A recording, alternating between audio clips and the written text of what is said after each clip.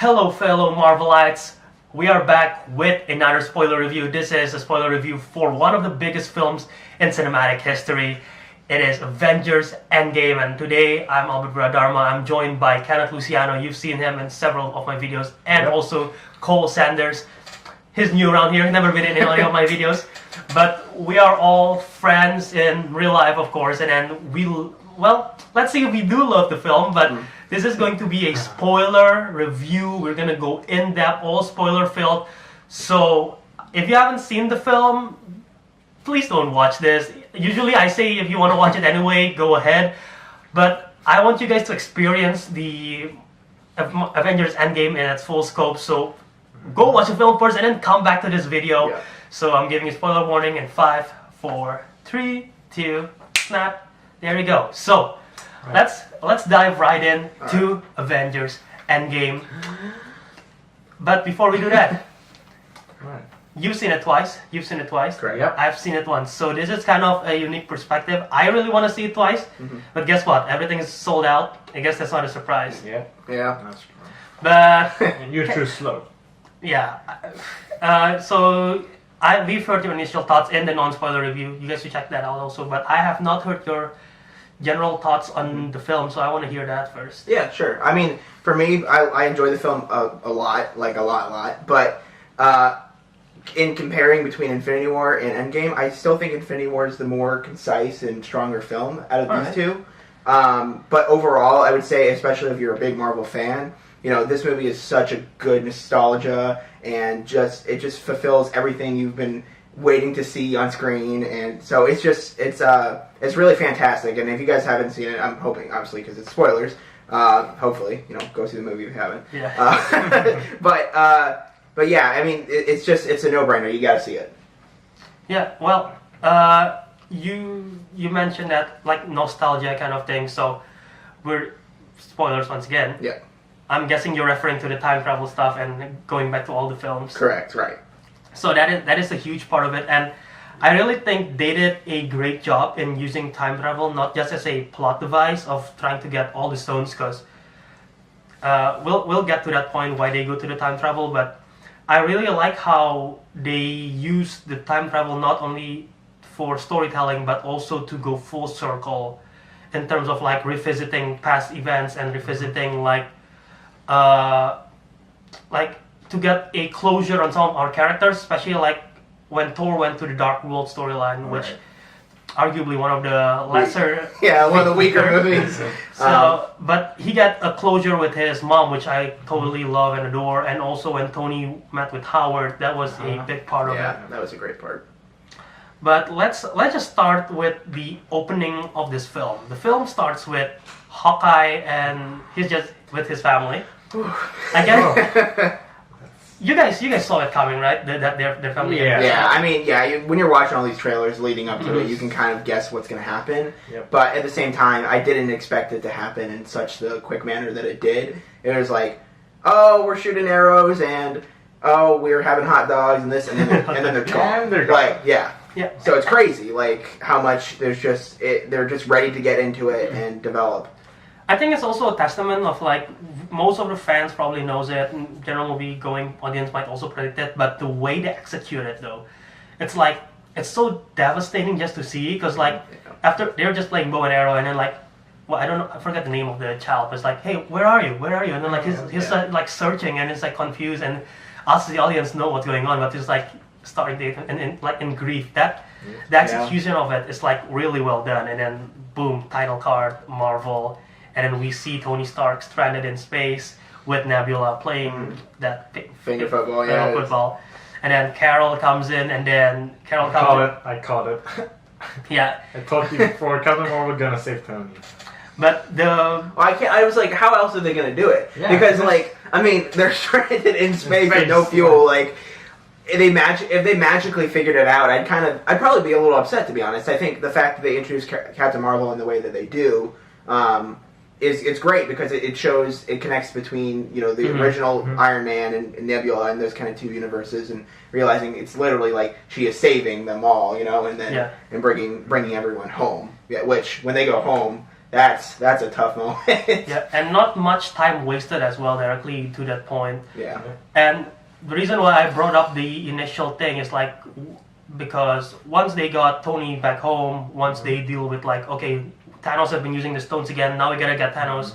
Right. And they eventually did get Thanos, and they killed off Thanos. Yeah. In like the first 15 minutes. Yeah. That was a shocker. I'm like, wait, they killed Thanos, so what now?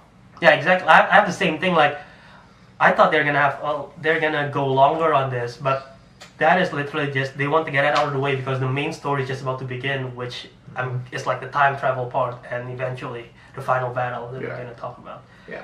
Which is, I think, also getting him out of the way too, like, leads the way for these characters to not have like a looming threat over them. They're, especially when we jump five years later, right? Yeah. And you see that, what the devastation that he has caused, and the fact that, especially with like Thor and Captain America, where their characters are changing because of the difference. Especially Thor. Especially Thor. Yeah, and the 5 years later, it was. I don't know about. I went with him, but I can tell the audience were anxious because it's like after they chop off his head, it's like 5, and there's like a pause, and then years later. Yeah, it's like I wonder if that's it's because to me like. The problem is when we watch all these movies, we're all like looking at the trailers and analyzing. It's like, oh, we can tell this is like in the future because of right.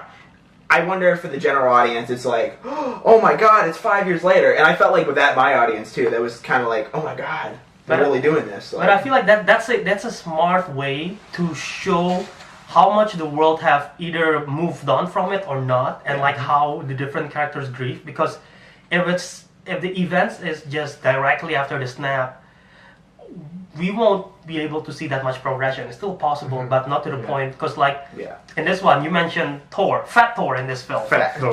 Tell me Thor. You see him grieve, and then Tony having a family now, and Steve Rogers helping with the PTSD group. Yeah. Like that's a smart way to just give our characters not only development, but it helps with the Ant-Man storyline because he was like only 5 hours in. So it's both smart way not only to tell the story and to develop the characters. And I should probably get this out of the way real quick. Even though I've seen it once, I haven't been able to get rid of the film out of my head ever. I've gone to classes. All I think about is Endgame. So that's not good. Right? That's not good at all. We're having finals, but that's not good at all. I have a few nitpicks here and there, but everything about the film mostly I love. I can argue that this is probably my favorite MCU film, favorite comic book film even, because just what the film encompasses. But I think the best way for us to dive into the spoiler review is just to discuss the characters and their arcs one by one. So let's just go with Tony Stark first. Yeah. The one that started it all in the MCU. Yep. The way how it started, especially since he got stranded in space, I feel like they did a really good job showcasing like how thin he is and how like tired he is. Yeah, that was something I noticed too. Like how it's like they weren't just giving him the physique bod that he had before. They're like, oh yeah, he's been out here for so long. You can see the bones on his skin. Yeah. It's like you realize how dire the situation is, especially when he gets back, right? Where he's in the chair and he has the IV and he's arguing with Cap, and it's like. This guy looks like he's been through a lot, and we understand that, and then going forward, right? Like we understand why he wants to kind of give it up and just have a normal life, especially with having a kid and all, right? Which I think that really does help with the arc over the film.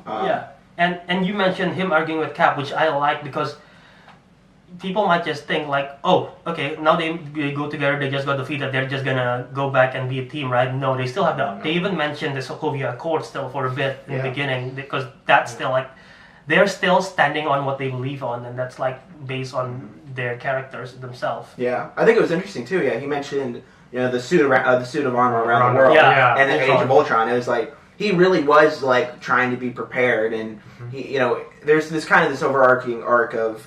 He is kind of a selfish character, but he wants to do right, and by the end of it, he does do right. And it's kind of the inverse thing with Cap, right? Where he's such a selfless character, and by the end of it, he kind of he's willing to take something for himself, Yeah, like to me, Captain America and Iron Man, like you said, they're opposite because Captain America is always like, especially on his stance on the Civil War, he's like, if we can do something before something happens, we should be able to do so, which is why he disagree on the course, right? And then like Iron Man, and of Age of Ultron, right? yeah, and while Iron Man's like he's more like on the avenging side, like he's always trying to fix things. Right. Like even from the first Iron Man, he's always trying to fix things. Like in this one, he eventually he wanted to fix things as well. So it's like it's two different sides. One's like fixing things after, one's just like trying to prevent it beforehand.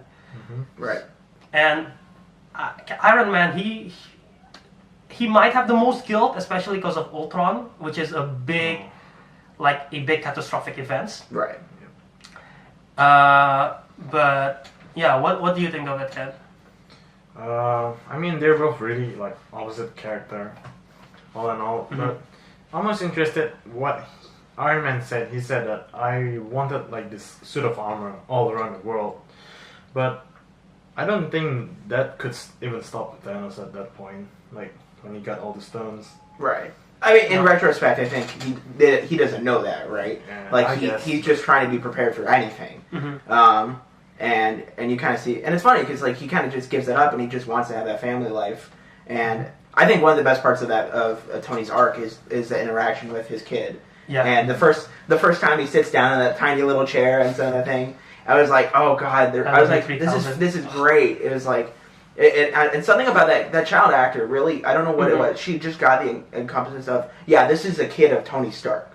Like this is what, like, she's cocky, but she's also nice and caring, and something that is like I can't, a lot of child actors they can't necessarily get that. I think somehow I hope she goes far in the future. But yeah, something about like the Love You 3000. It was just but it's also the way how it's written. Not enough credit has been given to McFeely. Shoot, I had it in my mind. The writers of the film. Yeah.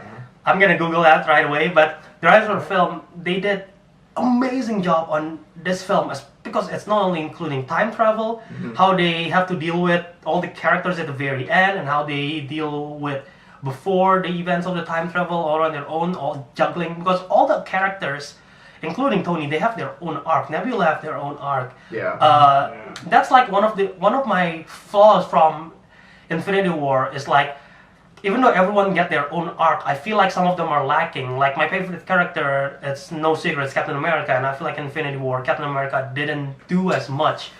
But I feel like in this film, everyone, you might either dislike it. I heard some people doesn't like the Fat Thor kind of thing. I completely like the Fat Thor because it makes sense for his character. Yeah. And Captain America and Hulk, even the Professor Hulk, I like what they're taking with it because it makes sense with their character arc. Yeah. So do we want to move on to Cap then, I guess? Well, I want to stick with Iron Man first because he's the one who sacrificed himself. Right. He got the stones, and that is literally one of the best moments in the film when his tussling and everything, and we know he got the stones, and then what did Thanos like? I'm inevitable. I am inevitable. And then Iron Man said, I'm Iron Man. Like I was like, oh my god, man. That could have been done in such a wrong way, in a cheesy way, but that moment was done, to me at least, it was done in a very well done way. Yeah. How he said, I am Iron Man, boom, because it goes back all the way to the first film. Right. And he's the one who's, and after he's like down and sacrificed and everything, you can literally see the impact of Iron Man throughout the whole MCU, not only with the characters that's interacted in the past, either with Rhodey and Pepper, which encounter, but also the newer ones, like Spider-Man. He haven't spent much time with Spidey, but you can tell the impact and his presence of his character to Spidey. Yeah. And even in the last shot, when during the funeral, you can... Man, that is just, there are some deep cuts in there too. And once again, you talk about the child actor. When that girl says, when Happy was like, what do you want to eat? Cheeseburgers. Oh, that hit me so much. I know, I was like, I wasn't ready for it. But yeah, Iron Man, he's literally the foundation of this film, and just how much he impacted everyone and influenced everyone throughout the MCU. It's they did his character in like full justice in how they did it full circle and everything. And he also got closure, like we say in the beginning, with Howard Stark. Yeah, that was I think that was one of the best moments of the film. Was although it was a lot slower, it was very nice to see kind of this closure with his father that he didn't get for years. And we see this now where he's just able to talk with him and have a nice discussion about growing up, having a kid and what that's like. Howard doesn't know that it's him, but Tony's like he wants to tell his dad, I have a daughter. Yeah. And it's like, oh, it's such a great moment. It's awkward for Howard, obviously. Right. But it's a good moment. Thank you, what you did for your country. What you did for our country. Yeah, and also I just realized that was Jarvis. That was crazy too. Mm-hmm.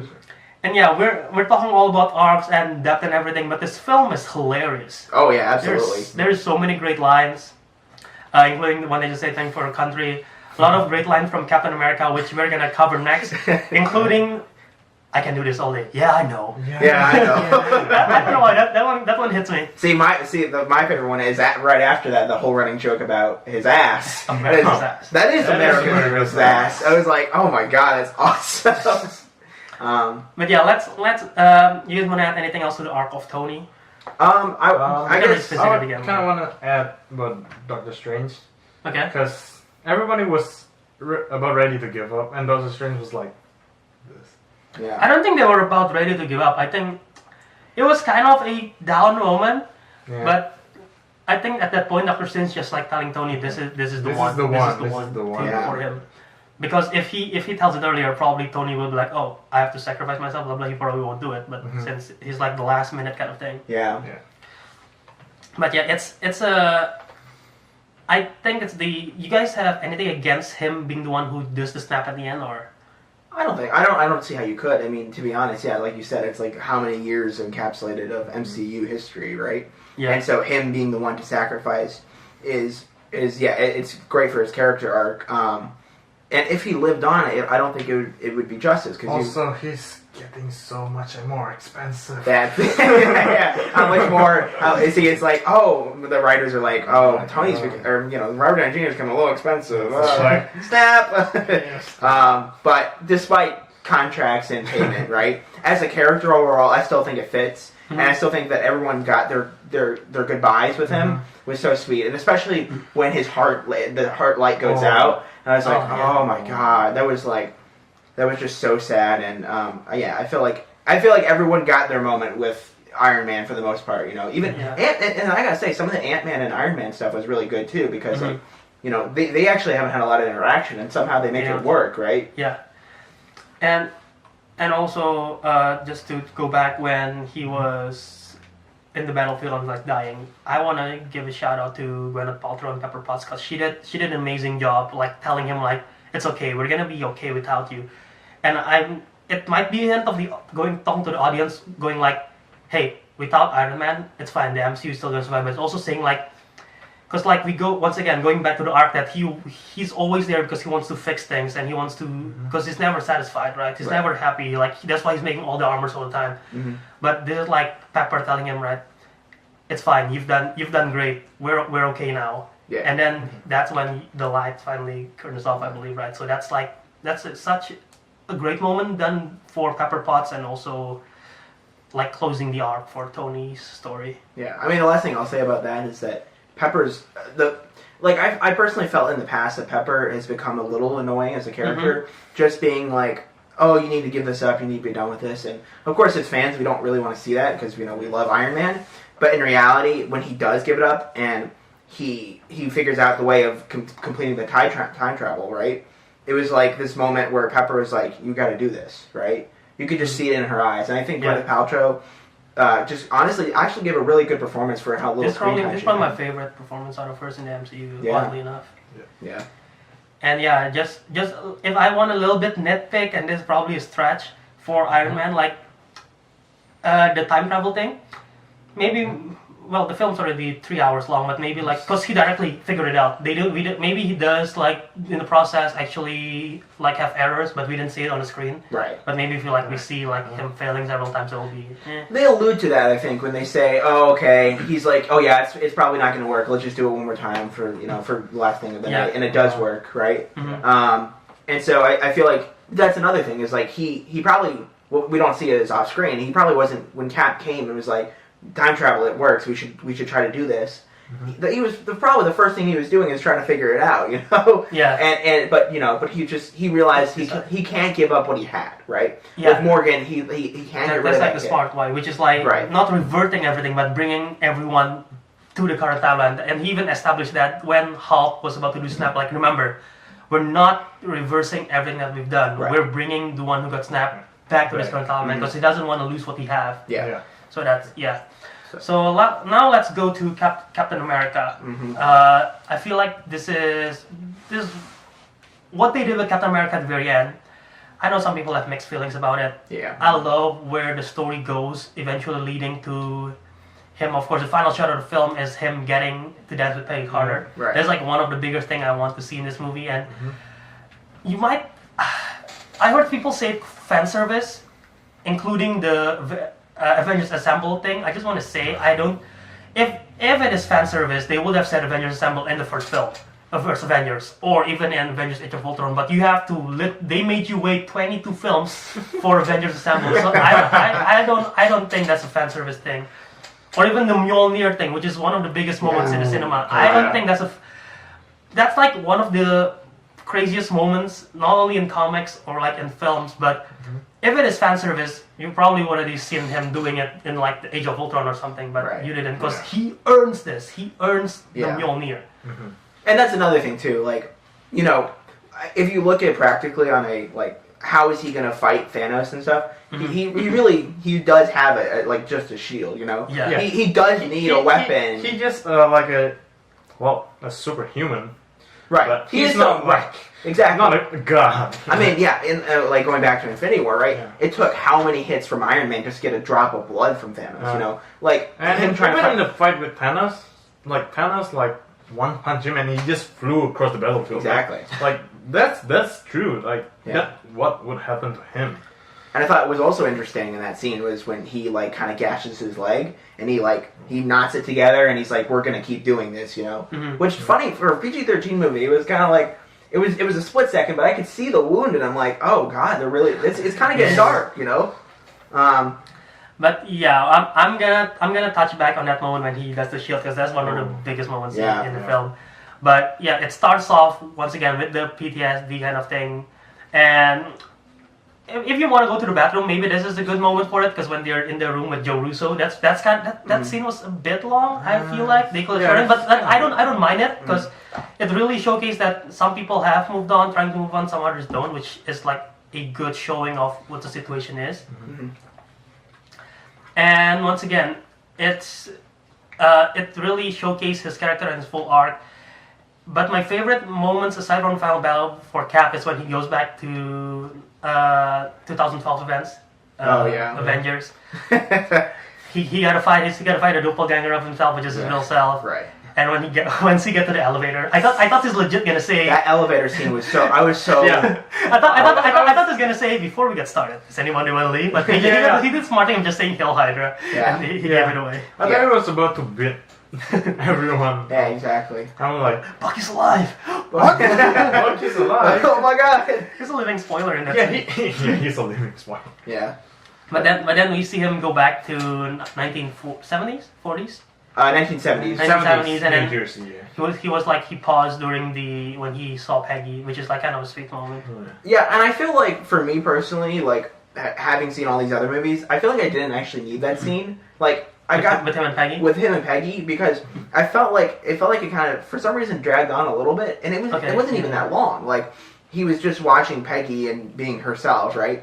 But I feel like that was mostly done for the sake of, you know, establishing for the people who probably haven't watched all these movies, right? Because the only hints of that's either that and the what's it called, the locket. Yeah, and the locket, right? And you'd be like, oh, is that? Yeah, exactly. If you didn't have that scene, right? You know, if you were a casual viewer who probably hadn't seen all these movies, it'd be a little confusing. It'd be like, oh, it's the girl from the locket, okay, right? Yeah. Which I still like. I like the first Avenger. I'm probably one of the few. I think that's one of the most underrated film. I love that film. Yeah, but so yeah, I mean, there's that established history there already. But for the pacing of the film, it kind of does drag it down. Okay. But yeah, I mean, but even then, like I don't mark it that much because to be honest, it's necessary for the movie and his arc. And yeah, once again, in my non-spoiler review, I say if I have to sum this film in like one sentence, I say this is the perfect way to sum up a saga, to wrap up a saga. Because like, I thought Cap is gonna die, but the way how they end this story, I was so much more satisfied than I could ever thought. Because he, how do I phrase this properly? Like, it doesn't goes against his moral compass that he finally does want to settle down and like relax because once again going back to Tony eventually got a moment of not really satisfaction, but he got settled down, but he definitely is still anxious. Right. But Cap is never settling down. He's always like always going on. working. Even in like Winter Soldier, they keep on establishing that he's never got a time to even date. Yeah. So finally but inside we know that he wants that. He wants to see what it's like to live a normal life. And they done it in a way that's honorable for the character, and it's also satisfactory for the audience. The way how they end the arc. Do you disagree or agree with that?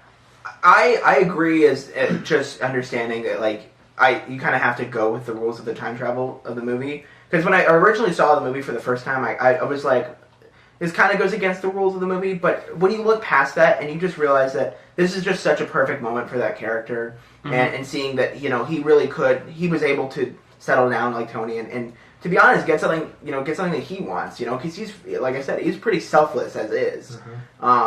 So I feel like, having him be there with Peggy was just such a good moment for this character. And I mean, I couldn't see any other way of ending it. If he had died, I'd probably be upset because I feel like he doesn't deserve that, Although I'm not saying Iron Man deserves it, but but for what he does, it's a sacrifice. What if Cap died, it would be in vain, right? Which you could get into that. I personally think that Widow's, for example, arc in that movie, that's one of my nitpicks is how she dies. But we can get back to that. All right. But yeah, we'll get to Widow right after this. But I just like one more thing for the. Okay, two more things. First of all, I like how he's passing on the mantle, which I'm guessing is going to be for the TV show, the Bucky. Yeah, example. exactly. But I like it that it's not like Bucky and Falcon's like fighting. Let me get the shield. Let me get it. Bucky's like, go for it. Yeah. Because like, once again, with it reflects the character too. Because like, Bucky's character, he's gone through a lot, and he's probably not the best leader anyway. Right. And he's done bad things. So he's probably, if he takes on the mantle, there's going to be a lot of pressure on him. Well, Falcon, I feel like he will be honored to take that mantle instead. Right.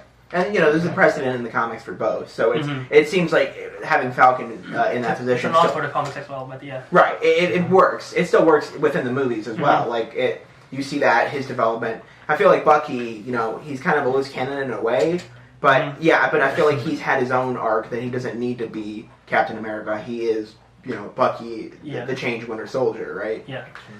And one more thing before we get to Widow, that you hint on that. When he got the shield, that is, I started getting emotional, not because of like sad, of like, holy shit, this is actually going on right now. Yeah. And that is when he's this long shot of him standing on his own, because he was down, and then the whole of Thanos' army over there, and we got a long shot of him just on his own, standing on his own, no one else. First him versus the whole Thanos army, and then like, Honestly, I thought that's it for him, like. Yeah, right here, he's gone. Yeah. First of all, that shows like, once again, like, he can do this all day. He always gets back up. Yeah. And then like him on his own, and then like a crackling voice. We don't know what it is at first. And then like on your left, and then like the music starts kicking in. Yeah. And then the portal starts appearing. Yeah. Black Panther first appear, and then everyone appear. Not only as Guardians, we got to see the Sorcerer, Black Panther. Yeah. We got the Wakandans. We got the Sorcerers. We had. I saw some Avengers. All the Avengers. I saw some ships from from Ragnarok. I saw some. Yeah, like the Valkyries were there. Yeah. Oh my God, Valkyrie on that horse was so great. So awesome. And then like the long shot. That is one of the most. That is the most comic book thing I've ever seen. Yeah. Marvel managed to top themselves every time. I thought the war scene in Wakanda is huge. That is like when you're reading comics, like the splash panel of like 2 pages of like this is the bad guy, that shot with the portals and everything. Yeah. That is incredible. It feels so weird, like seeing Infinity War. You're like all these Wakandans facing all the Outriders, right? That is like 8 times smaller than the final battle in Endgame, right? And so I feel like. Yeah, I feel like it was a great, like bringing everybody together because they really need to fight everybody, because Thanos' army is massive. In that he got everything. He got his children of Thanos once back. Yeah. He got more. He got even I forget the name, the creature from not exactly Chitauri, but the long weird centipede creature. Yeah. There's name. I think Levitian or something, whatever. Yeah. But. That score, Alan Silvestri on this film is on fire. That score is amazing. I hope he got nominated for an Oscar. I know it's early, but that score is superb. If you haven't listened to the score either on Spotify or YouTube, go find it. The score is one of my personal favorites so far, and it's amazing on its own. Yeah. All right, let's touch on Black Widow first, and then maybe Hawkeye, and then we go to Thor. Why don't you go ahead mentioning your point earlier on? Yeah, I think with Widow, at the start of the film, how she is this kind of leader role of what's left of the defenders of the universe in a way, right? Where we have, Captain Marvel in space and we have the Wakandans and, so I like her role at the beginning where she's just trying to keep everything together. And, of course, she'll do whatever it takes like everybody else. But then we get to that Soul Stone and I kind of was expecting that a little bit going into it. What I'll say is that scene, as is fantastic between Hawkeye and Black Widow, where it's perfect for their characters, right? Like they wouldn't be like dramatic, they wouldn't be like crying and tearing up. They're gonna fight for who's gonna die, right? And I thought that was really a good nod, especially to the tone in like the first Avengers, right, where you see this like camaraderie between the two.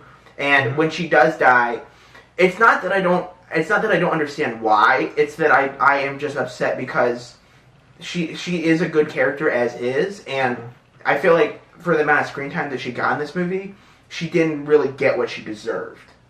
Yeah. What do you think, Ken?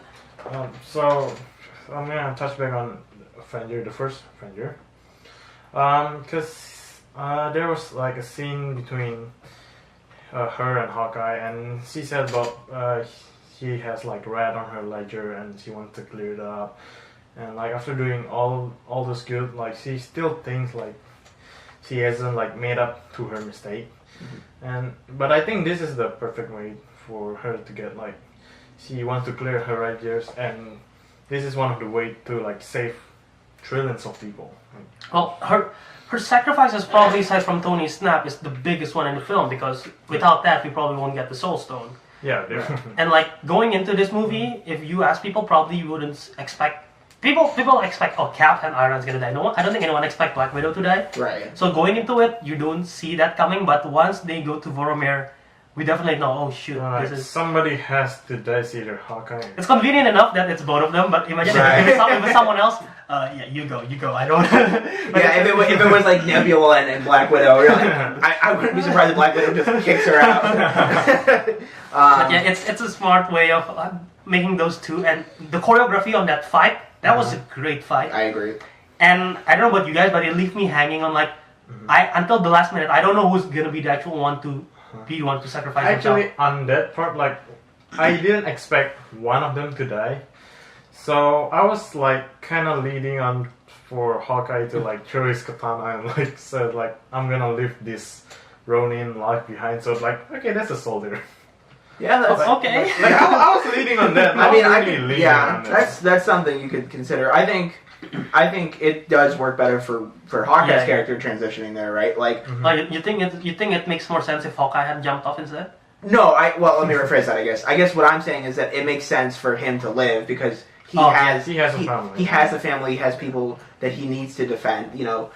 Black Widow will do it out of the sake of humanity. But Black Widow is sacrificing herself for the sake of humanity as well. But yeah, humanity and the rest of the universe, Yeah, and you said they both mentioned like they have nothing to live for because at that point Hawkeye knows that he got nothing left. Literally, his family's gone. Mm-hmm. Widow also said that, but it makes more sense for Widow because she suffered a lot, especially through the Red Room and everything. And we're probably gonna see that in the film, her Black Widow's standalone movie. But Hawkeye have a family, have his own family, but Black Widow's family is the Avengers. Yeah. That's he even mentioned it earlier in the film when she's eating the sandwich. Like, this is my before this I had nothing, and like now I have you guys. This is my family. So it makes more sense for Black Widow to be like, I'm willing to die for my family for this one. Yeah. And when she died, it didn't hit me right away because I was not believing that this actually really happened. Yeah, I had that same thing too. I was like, oh, well, they'll get all the stones and snap their back. Yeah. But then saying that the soul is captured, forever, right? And I think that totally makes sense in the context of I guess you could say the lore of the Infinity Gauntlet, right? Yeah. And having all the stones. Like, it wouldn't make sense to, make an exception for the people you sacrificed, right? But see, then I get with that is like then Gamora shows up in a past version, and it feels a little undeserved, right? Where I feel like if Gamora wasn't a part of it too, then we'd get the sense of, oh yeah, like these people are gone, they're never coming back, right? But then Gamora shows up in a younger version of herself, right? So I don't think I wanted like Black Widow to come back from like 2015 or whatever, right? I don't think that was right. But to say that it was a way. It was a way of showing that her character does have stakes. It's just this conflict for me where I understand why, but I don't like why. Like it's just this weird thing where I'm like, I do like her character. I think she is one of these undeserved people who, isn't, the big A-list like superheroes for the most part. Obviously, these movies have changed that, right? But I think that her character arc and having herself sacrificed makes sense. But for me, I'm just torn inside. Yeah. And the part which really hits me is when in the main battle, and all the female superheroes were there. Like we see everyone. First of all, that is an amazing shot. Right. That's like a really cool shot. But it hits me like, shoot, the one who started it all, Black Widow, she's not in here. Yeah, it does feel a little like that. But it's funny. It's a testament to like she started this all, and without her, none of this would really actually happen. Yeah. So it's kind of. It's poetic in a way which hurts, but it's a poetic statement. Yeah. So it does feel a little pandering, a little bit, like how they have all these female characters together. And I'm wondering if Marvel is looking to develop something like that. But I wouldn't be surprised. But for some reason, I see past that. I see these characters, these awesome characters, in battle. It doesn't become a female or male thing. Yeah. No. But I still recognize that, these are all female characters, right? Mm-hmm. And I think that's the importance of that moment in that battle is, like, yeah, Black Widow's gone, but you're right. All these characters are here because of what she did and what she has brought for, bringing the Soul Stone to the Gauntlet, so. Right, so I don't know if you noticed, but I already told Albert about Black Widow. Like, we watched it second time, right? Mm-hmm. And he didn't notice it in the first time. I also didn't notice it in the first time. I don't think you're supposed to notice it in the first time. Yeah, I didn't. So when they were about to time travel, do you know this? Black Widow was the only one who said "see you in a minute," and she's the only one who didn't return. God! That's so bad. I didn't notice that actually. That's crazy. That's like only thing that you will notice on the second showing, definitely, because like I guess I need a third showing. Yeah. But yeah, that's. Despite it might be like controversial of how she dealt with her character, I really like what they did with it once again. Yeah. Okay. Anything you want to add on it, or shall we move on? No, I think Okay. Let's touch on Hawkeye. We didn't see him in Infinity War. We see him in here. We see him grieving through the Ronin phase, which definitely makes sense. Yeah. When once again he had to suffer through seeing Black Widow die, which is another phase of grieving. But his arc was good in this film, and it was satisfying to see what he's gone through and what he has done in this film in particular. What do you guys think of Hawkeye's arc?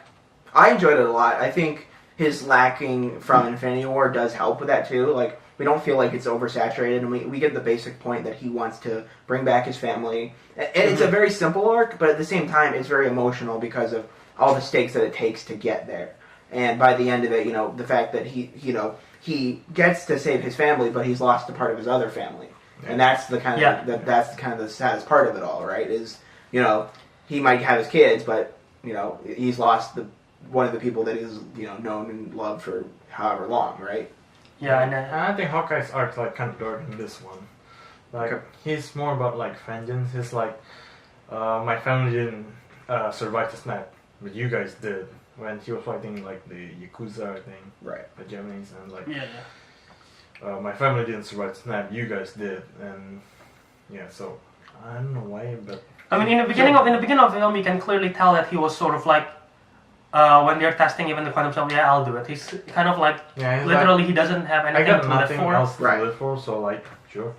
But yeah, I've liked Hawkeye since Age of Ultron, especially since that speech that he did with Wanda, which literally like humanizes him. Yeah. And the farm scene, of course. But yeah, this film it just adds on Hawkeye's character, which I like. Yeah.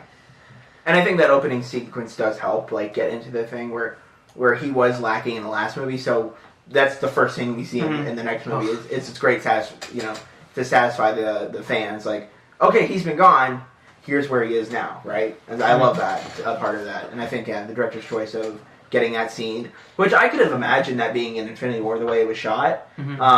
So it might have been originally, but I think having the beginning of this movie does help establish the tone and get into the movie as well. And it's perfect for his arc, right? You know.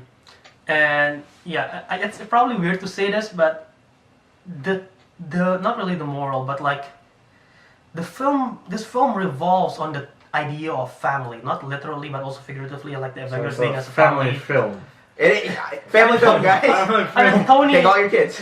It's focused on Tony's family. It focused on family. Hawkeye and even Scott with Cassie. That was a great Cassie, moment yeah. once we first see that. Black Widow, figurative family. Yeah, with Avengers. Yeah. So I mean, even if we talk about the baddies, the Nebula, she's trying to impress his dad. But Yeah. again, it's like it's sort of this film revolves around family, which is kind of odd, but Yeah. so yeah, that's about Hawkeye.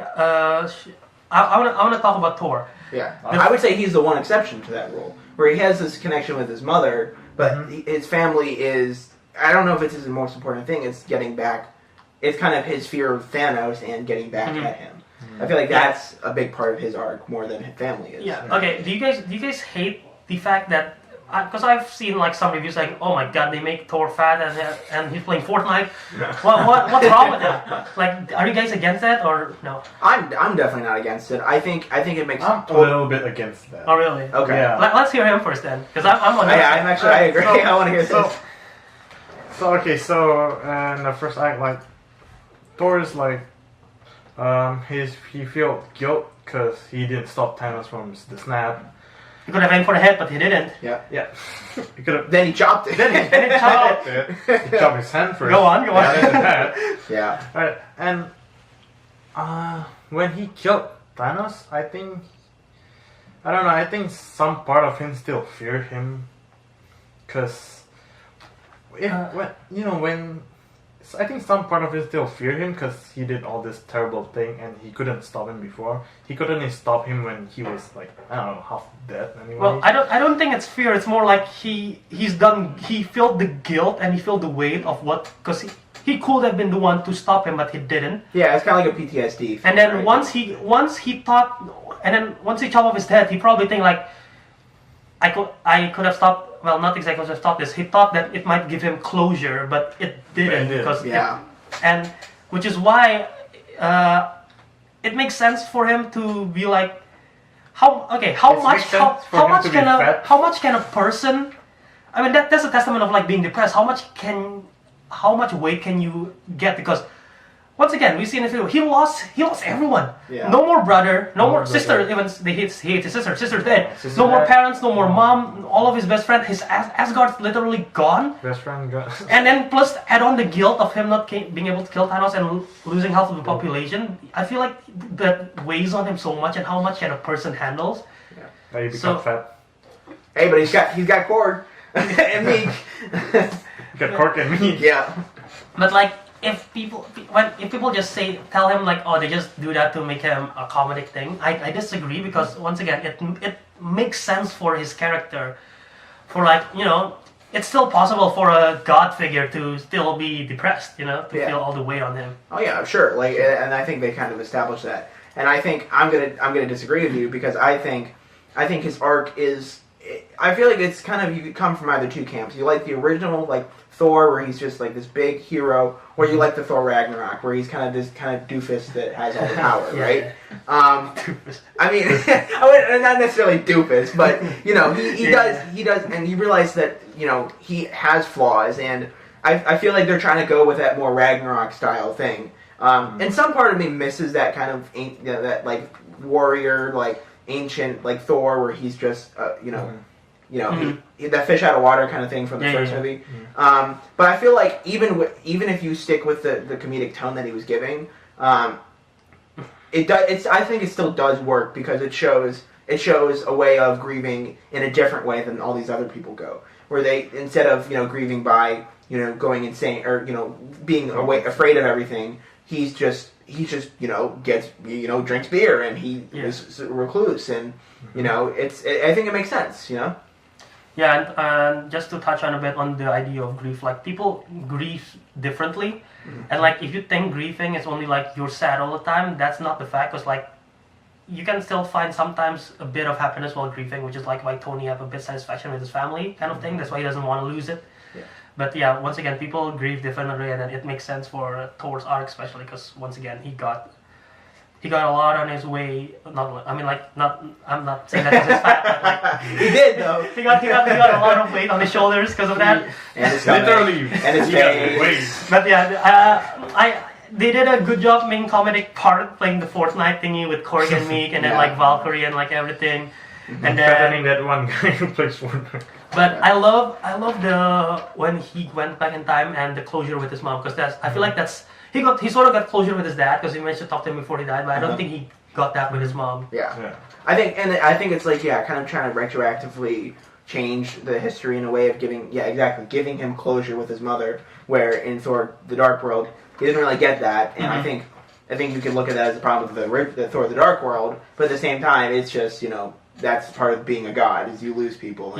And although that sounds crazy, a god losing, like they're gods. Yeah. But that's the thing, is that his moment with his mother is just so touching, and I wonder if he had that conversation with his father, it wouldn't have been the same, because he's had that satisfaction, especially in Thor Ragnarok, where he understands that this is my time to go. Where versus his mother was just like, I don't care about going, I don't want to know about it, I just want to be there for you. Yeah. And there is a quote which I'm trying to find right now, the quote that his mom said to Thor, which was, I feel like it really did an amazing job of like showcasing what Thor's character is. I mean, I'm trying to find that right now. Yeah, Rene Russo was great as that coming back. Especially because for a character who we didn't really develop all that much in the previous movies, we somehow, as an audience, connected with her, I think, right? And it's this weird thing of, it's an extension of Thor and his compassionate side, right? Yeah. Where his father is kind of more of his warrior side. Yeah, okay, I found a quote. It's like, everyone fails at who they're supposed to be, Thor. A measure of a person, of a hero, is how they succeed at being who they are. Right. Which is like, it's telling Thor, like, it's fine, but you, literally, this is who you are, you should really, it's really a great way of encapsulating his character and everything. Right. And let's just quickly touch on the ending with him being with the Asgardians. People love him with Rocket and Groot. So him going back and... I just want to see a scene where Rocket just stabs Jean with the thing and sucks up all the ether. Yeah. I want to see that scene. Yeah, I do like him going to the Guardians. I think it fits for his character, especially right now. And yeah, I think he's got to find himself again. He's a different person, and I really like what they've done with his character over these films, in that he's gone from such a different character to what he is now, and I think it's very fascinating how they've not necessarily stretched, might be a bad word to say, but they've been able to get the longevity of his character and showing how people do really change over time. Yeah, that's definitely a great way to say that. And once again, that quick back and forth, like with Star-Lord. I mean, you're the captain, right? That's a good comedic moment for the end. Okay, of course. Let's. You guys want to add anything else to Thor, or? Or everything. I think I would say I liked his beard, man. That beard was so awesome. Once he summoned the lightning, he would have rage. That was awesome. For some reason, the weight disappeared in the battle sequence, but whatever. Don't worry about it. Where the armor's like, wait, where's the where's the gun? Actually, before we moved on to Hulk and everything, he got Mjolnir and Stormbreaker, and the biggest moment in the scene, and probably the crowd goes nuts when Thanos have the Stormbreaker in his chest, and then we see the Mjolnir moving. Yeah. You probably did you think it was Thor like grabbing the Mjolnir or something? Oh, I absolutely did. That's what I thought. Absolutely. And then like, vroom, Captain America. Oh shit, that is such a great moment. that was such a good moment. Actually, I'll add one thing, is that in that scene where he is on Asgard, I think it was interesting how he does go for his hammer, and it does still prove that he is worthy. Mm-hmm. And I think that's really interesting in that, you know, it's not only a useful tool in the sense of it's important for the battle coming. It's also just a proof of, hey, you know, even though people are flawed, you know, he is still worthy of this hammer, and it probably gave him a little confidence. Yeah, that makes sense. Mm-hmm. All right. So from now on, can Captain America just do this and like? I don't think anymore. He's a little too old for that. Well, I guess plus the Mjolnir is back to the timeline now. So. Yeah, exactly. So it's back in 2013. So it's Stormbreaker. Yeah. Stormbreaker is a different thing. Yeah, Stormbreaker. Anybody can wield Stormbreaker. To be honest, yeah. Unless you're strong, you have to be strong enough to wield it. Yeah. Okay, and talking about strong, one of the strongest Avengers, Hulk. Right. They really reinvent this character in this film, like because Bruce Banner's arc throughout this whole film is like dealing with like who's taking over as the character, like either you're the smart one or you're crazy rampage monster. And they finally found peace in this one, kind of like a Jekyll and Hyde kind of fashion. Like he got the strength, but he got the brain also. Yeah. So even Hulk did have a major part to play in this film.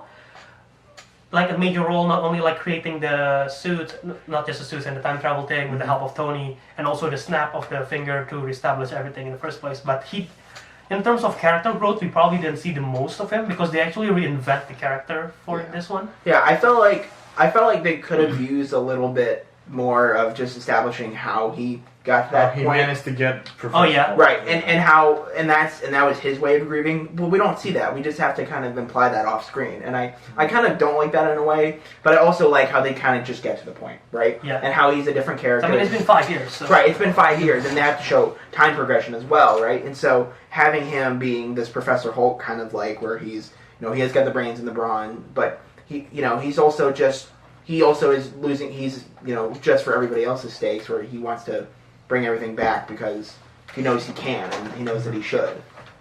Yeah, and the Hulk did there are lots of great comedic moments with the Hulk. First, the selfie thing in, like, you don't know Ant-Man. I gotta say, that is probably one of my favorite moments of the movie because it's just so real. Of like, I can just imagine that happening in the real world. Like, oh, you want to take a picture of Ant-Man, right? It's like, no. And also him going through the staircase. That's kind of funny. Yeah.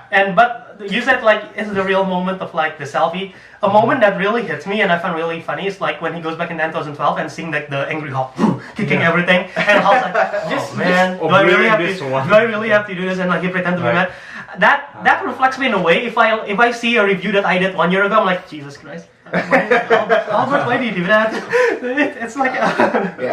It's like it's good though for his character in that scene, right? Because he understands that he is changed and he's different. Mm-hmm. And I actually like his dialogue with the Ancient One because I was just about to talk about that. Because it does show that he still does have the brains here and understanding. Well, if we bring everything back to the timeline, everything will be fine. And it's just this, but how do you know you're going to bring it back? Yeah, that really also established like the rules of the timeline. Like we didn't know what's going on at first, but they really explained like if you mess with the present one, it will create alternate reality. It doesn't necessarily affect the current present time, which really I feel like they did a good job for the most part of the film.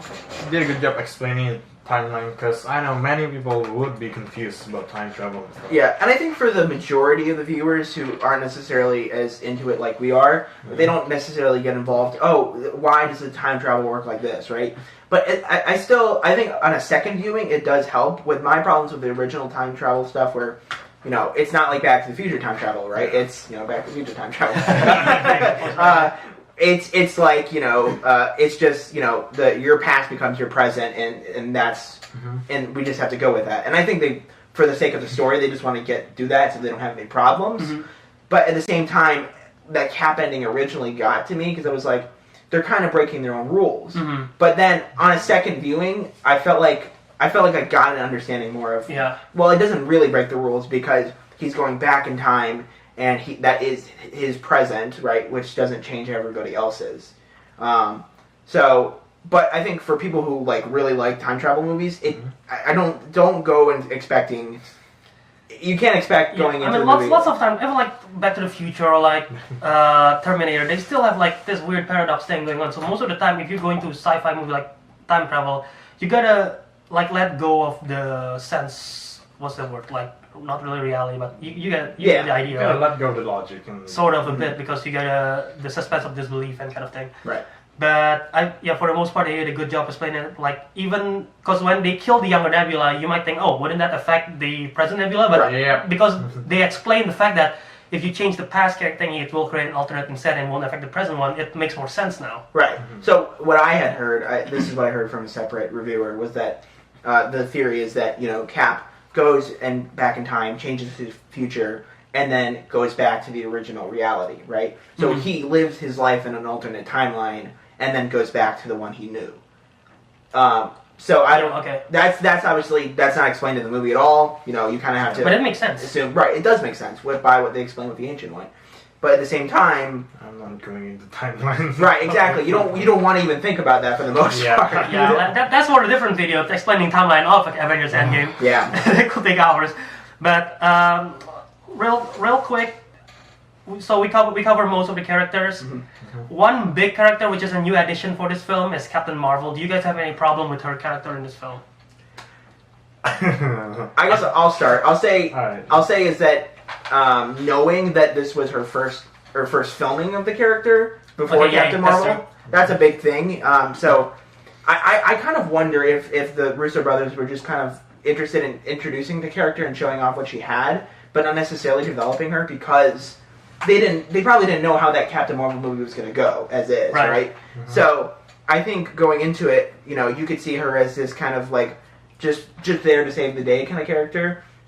But at the same time, her motivations are, the universe is bigger than Earth, right? And a couple of people I talked to about this, they were like, that's kind of annoying. But in my eyes, I see that as a thing. It's like, well, that shows that she's selfless and that she is looking out for everybody versus just the people on Earth, right? And like once again, like she might sound brash, like in the very first scene, like what do you think will make any difference because I wasn't there? Like it might sound brash in a way, but she got experience since the 90s. She's probably fighting longer than most of everyone, and she's.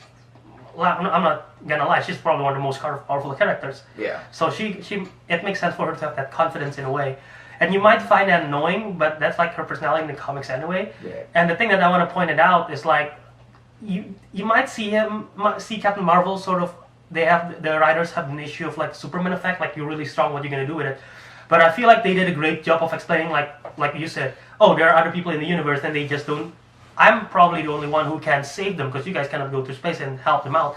So it makes sense to make her out of the equation, because if not, then they probably could solve stuff more easier that way. Right. So it might be convenient, but it makes sense to me. Right, and I think and going with that explanation, right, it does make sense why she doesn't show immediately in the battle, because she's coming from how far in space we don't even know, right? Yeah. So it's one of these things where it's okay. Like I understand that she comes in later in the battle and she isn't as big of a part, and I'm okay with that. I think I'll say though, one of the best parts of that battle sequence was her interaction with Peter Parker.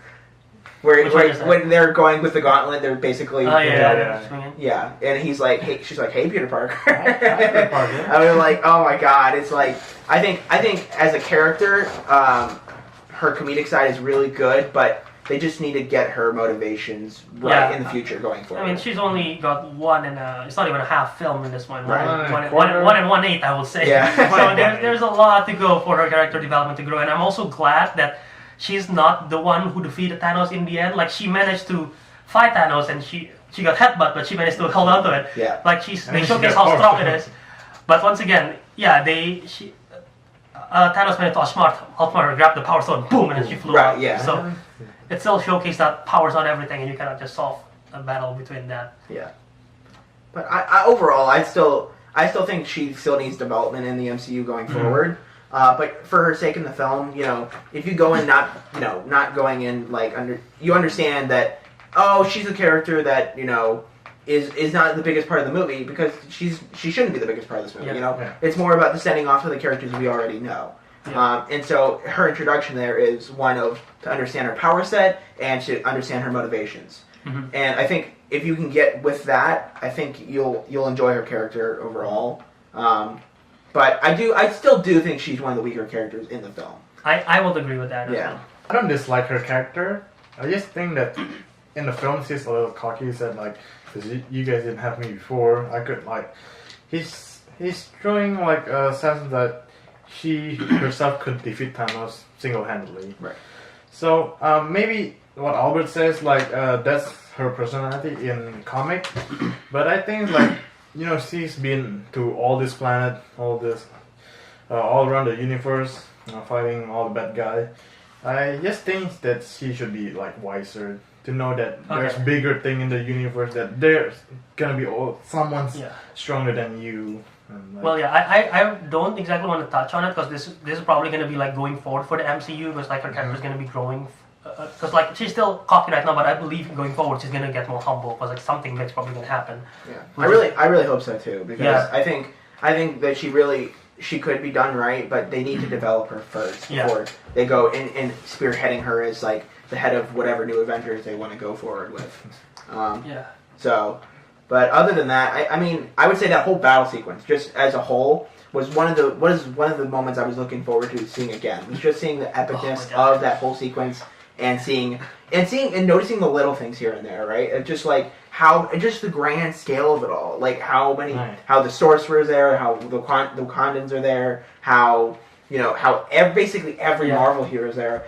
One of my favorites was Falcon, man. That split like 5 seconds where he goes into and he takes the arms. Oh yeah, and his wings. Stabs him. Yeah, I was like, awesome. Just awesome. I don't know if you guys noticed. Albert certainly didn't notice it, but Okoye like one shot Corvus Glaive. Like. Oh yeah, yes. There was she has the spear and he just one shot Corvus Glaive. Okoye just takes out Corvus Glaive. Just boom. Well, one of my favorite moments, which I want to touch on at the very end, is with Gamora and like, even in the middle of a battle, Star-Lord's like Gamora, like they should take it up, like, and then he'd have a back and forth with Nebula. Like him? Really? It's either him or the tree. But yeah, one of my favorite battle moments between Thanos is with Wanda. She's like, you took everything away from me. I don't even know you. And then like, and then all power set. She's one of my favorite characters in the films and everything. So throughout the whole arc of MCU, they showcase her power more and more and more. And this one, she's the best one yet so far. Yeah. Power. So that's this battle. We can go hours talking about the battle, but that battle scene is just pure awesomeness. But I want to talk about. Let's just combine this all into one. Thanos, Nebula, and Gamora, because they're sort of like one arc. Karen Gillan, this is my favorite performance of her from Nebula. Mm-hmm. She was fine in First Guardians. I like her a bit better in Guardians 2 because we understand to get her character even more. Yeah. Endgame, we didn't see much of her, but this one, you really see her character. You really understand her character and what's going on. And I like how it sort of goes reverse with Gamora, because in this, they interact with her younger Gamora, which is still sort of like a bit more naive and still with Thanos aside. But you understand, like, deep within, she is probably against Thanos anyway, but she's just not really sure about that. And the fact that, you know how in the original timeline, Gamora is the one who sort of convinced Nebula to go back, sort of in a way, like in the good side. But in this one, it's sort of like in a reverse way. And people might say it's convenient, but I will argue this is like Gamora's character all along.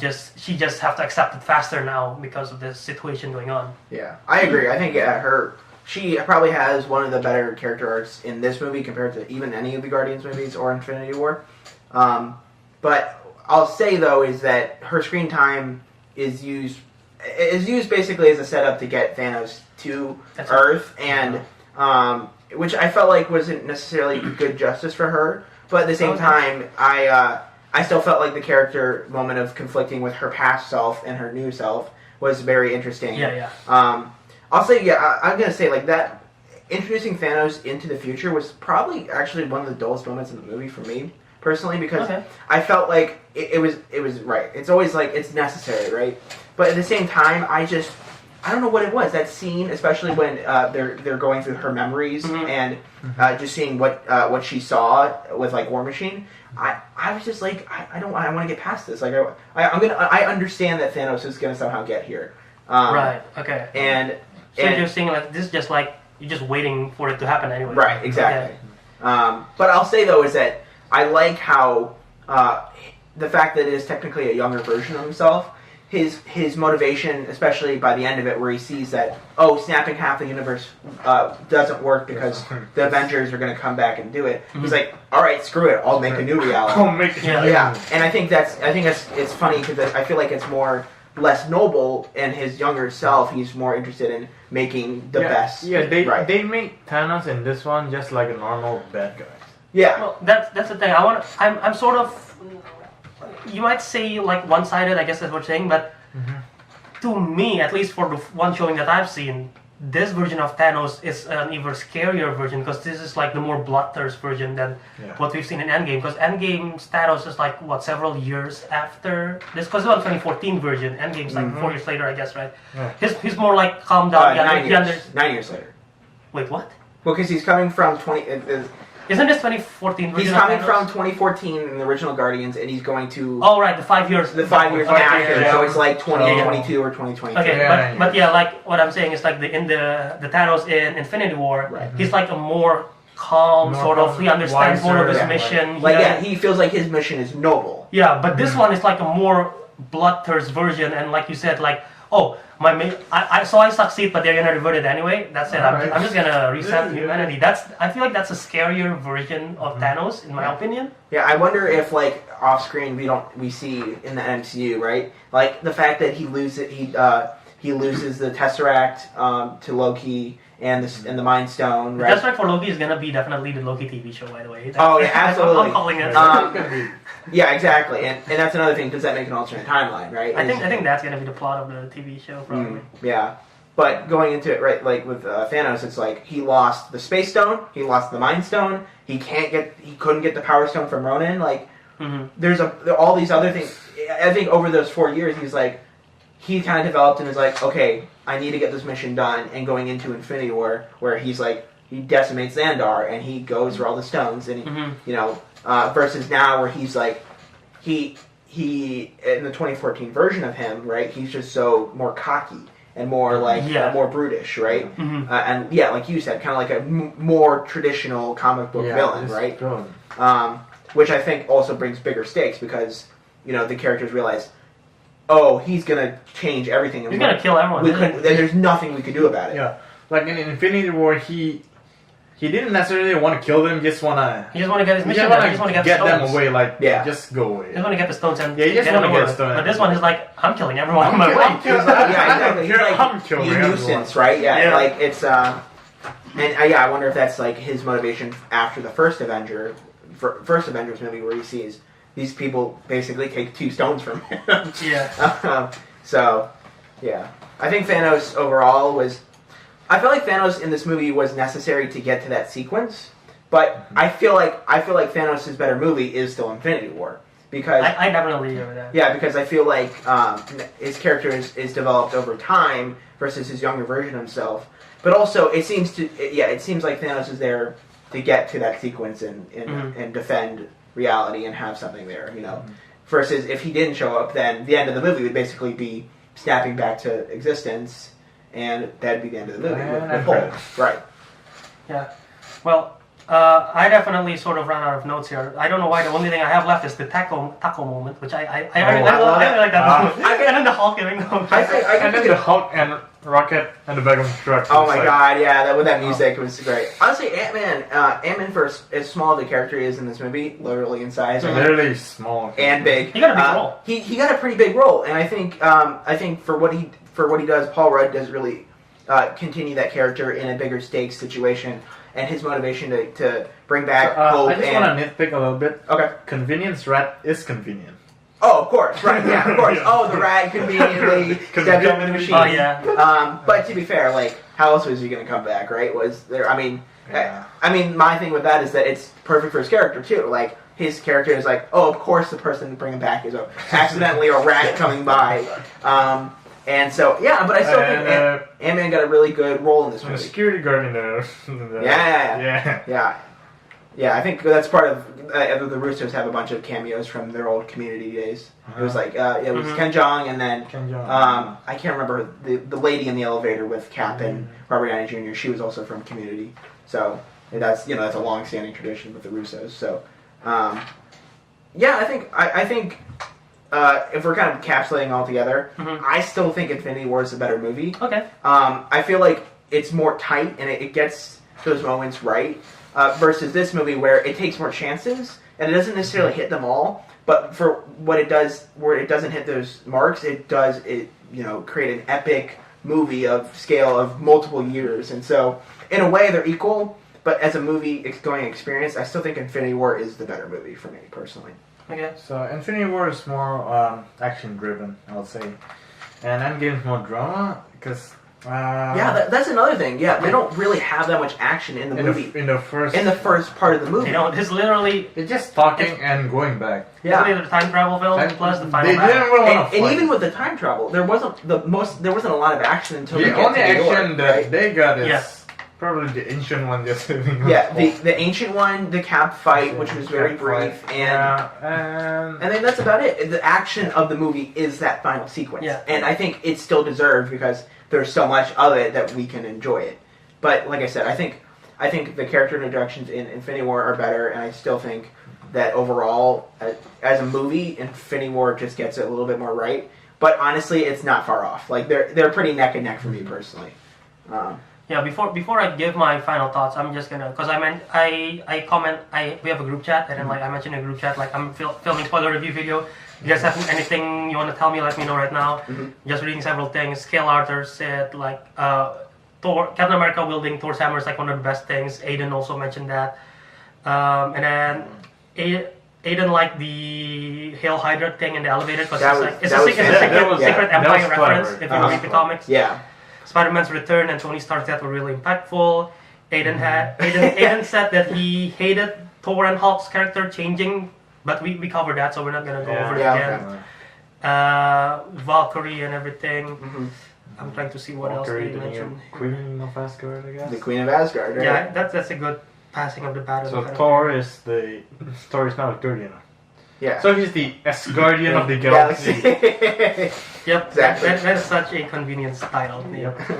But yeah, there's nothing much here. But yeah, so if I were to wrap up, I heard this in a review, and I'm just gonna say it again because I feel like this is such a perfect way to say this movie. Like you might say Captain America: Winter Soldier as a political thriller. You might say Guardians of the Galaxy is like a space opera. Thor Ragnarok is a comedy. If I were to put a genre on this film, the genre is comic. And if you've seen the film, you understand why. Because this is like, it literally is what a comic book is supposed to be. Like, so if I were to put this is like the most comic book movie ever. I feel like, especially with that big violent shot. So I'm just saying that is like, if I have to put one genre, that's the genre for this film. And I also love that they didn't undo what happened in Infinity War. Instead, they still have the weight of it and they just push it forward. Yeah, that's another thing. I kind of stepping back from that. I think going forward, there's going to be some interesting things happening there because the people who were snapped are brought back to 5 years later. Yeah. So going into like Spider-Man: Far From Home coming up, right? Yeah, that's gonna be like. It's gonna be weird. I hope they covered that, like the problem with that. Like, I heard you say the Far From Home is like a prequel, so that's why they're still all the same age. Yeah, but I don't know how that makes sense. I mean, we'll see. I guess we'll see when they release the movie. Yeah. But I think it would be an interesting arc going forward. Is okay, we got these people back, but now there's a distance between 5 years between us, and you know people get older, they don't see that, but especially for like Peter, it's like, oh yeah, I knew this kid, except he's graduated and he's going on with his life, right? I feel like that would be an interesting thing going forward. which is. There's just a 5 years gap between. But that I don't think that's a knack in the movie at all. I think that's the thing Yeah. that they will have to deal with going forward. So yeah. And I think we forgot to mention something. Stanley cameo. Oh, That's a real quick cameo. I gotta It was say, real quick, but yeah, that's the thing. In my theater, not many people noticed it. I was actually kind of interested. I wonder if that was the de-aging effect on there, or if it was that. It's not that good. Like it's not that good for. I don't know if which is such a shame because it's going to be his last cameo. Is this gonna be his last one? Yeah, and it feels like I think they confirmed it to be. yeah. So I think so. Yeah, they didn't make it such a big deal or big thing in this one. yeah. I think the second time around I noticed it a lot more, and I was like, oh, that is funny. But yeah, something about it they didn't quite get it right. Which it's like that's a small thing on the movie overall. But yeah, once again, to sum up, I like that they didn't undo the events of Infinity War. The genre once again is comic. This film really pays respect to characters doing the right thing and giving them satisfaction at the very end, not only for the character arcs themselves, but also for the audience. Yeah. And this movie, it's a really satisfying movie overall. Well, not just the final battle, but the ending and everything. 10 plus years of storytelling. This is really pretty much a 22 episode TV series in terms of movies. So it's an amazing film. It goes full circle, and which I love. And they have subtle setup going forwards as well, but they managed to recap throughout the whole saga in a movie which they have to solve a lot of stuff, but they managed to call back everything, including getting all the characters like the Ancient One and Alexander Pierce and even Frank Grillo's character, Brock Rumlow. Yeah. They managed to get everyone, Jane Foster, into this like minor roles, and just to wrap up everything in this one film, which is why I really love this film. Also, the thing that throws me away in the last moment, like when the funeral of Tony Stark, the Tyson kid. Oh yeah, we didn't even talk about that. Oh, that's not really that important. It's not important, but it just threw me off. But that's something I think is really interesting, is that it shows that the directors and the screenwriters were very interested in getting everybody from the MCU. Yeah. And I feel like even though he had a very small part in Iron Man 3, he was still a person that was connected to Tony. And I feel like that was a really nice touch. Yeah. So yeah, I guess that's pretty much it. It's just like I'm just really glad that I invested in this 21 films to pay off this moment, because once again, I'm sorry whoever was sitting next to me. I know one of them was Colin. I don't know who the other one was. I was weeping like a little kid. I was hyperventilating. I was like, oh my god, I can't believe it's happening. I'm sorry whoever was next to me. It was making them uncomfortable, but that emotion was literally pure genuine of like, I can't believe this is it, and this is happening right in front of my eyes. Yeah. But just we got final thoughts, right? And you guys want to say, but I want to hear your scores once again. You got a score out of 10? Yeah, I would say it's honestly a 9 out of 10 for me. I feel like this movie is just fantastic overall, and even if you don't like watch all the Marvel movies, I still like you still don't understand. You would still understand the stakes, and overall the movie is pretty structured over well. And the nitpicks I do have are, like I said, with the Black Widow stuff and a couple of the choices they make with time travel. But overall, I mean, honestly, it's a great encapsulation of everything the MCU has done so far. And to be honest, I don't see any better way they could have ended it. Yeah, that's definitely a good way to say it. The final thoughts and score for you?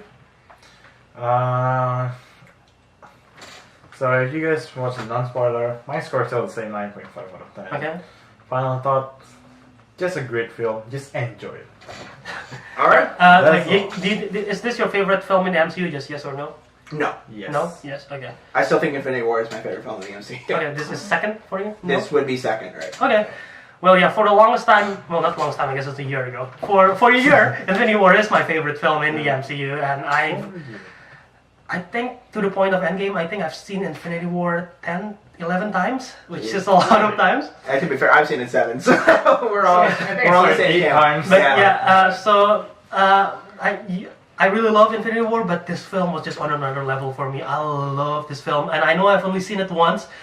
I don't know how much it will affect me the second time going on, because the emotion, I would have experienced it the first time. I don't know how much it will affect me, but I can only believe that it will only make the experience better for me, because I understand what's going on and see the second time around. Yeah, me and Kenneth, we both saw it twice, and I feel like my second viewing, it was a lot of, I got past the like, oh my god, the emotion of it, and realized, wow, this is really still a really good structured film overall. Yeah. And how it was how they really thought and cared of what they were doing. And I mean, that's the thing that is kind of the big point for me, is that it just shows that these people, the people who are making these movies, understand the history that are there, and they're trying to encapsulate everything, and that was the main goal. And the story, although it feels like it's kind of structured around that a little bit, someone was pretty critical. They said it was like a movie park ride, how they they go to every time thing. But for me, it doesn't feel like that. What it feels like is they're taking everything that people loved and making it into a story that makes sense with what they want to tell and the character arcs that they want to convey. I definitely agree with that. And once again, I'm just gonna say that I know I've only seen it once, but I cannot stop thinking about this film, and I cannot wait to see it again. And I've only given I initially give it 9.5 in the non-spoiler review, the one that we did right away. And early on, I would say like in high school, when I started reviewing movies on Instagram, the highest film I believe that I ever gave a score to was, I think it was either Moonlight or La La Land. I think I gave it a 9.7, 9.8. Okay. And that was still like my earlier phases, because like I just see things technical kind of way. But I'm bold enough to say I'm going to give this film a 9.7. Wow. I really adore this film, and the flaws that I see it doesn't bother me at all, almost. And everything about it just outweighs everything that's against it. So yeah. Right. People can nitpick all day long, but at the end of the day, if you enjoy the film, just go and enjoy the film. And I don't think the small things. If you can get over them, that's when you know a movie is good despite its flaws. So yeah, that is our spoiler review. Thank you for sticking around. You stick till the very end. This is a super long video, but I hope you guys enjoy it. If you enjoyed this video and you would like to see the channel to grow, do click the like button below. Don't forget to subscribe. You can follow Kenneth at where in social media? Kenneth_Luciano. And for you, Cole? At t.cole.sanders. I'll work on it. I'll put it in the description below and on the screen also as well. So yeah, follow these guys. These guys are awesome. And once again, you can follow me at Wiradharma on Twitter and Instagram. Leave a comment which one's your favorite scene of the movie, and because this is a spoiler review, go ahead, tell me what you think of the film, spoiler in depth, favorite part of the film, everything. We would like to know, and share this with your friends. And yeah, thank you guys for listening and sticking around. Until next time, we're out. Too far. I'm gonna get close. Yeah.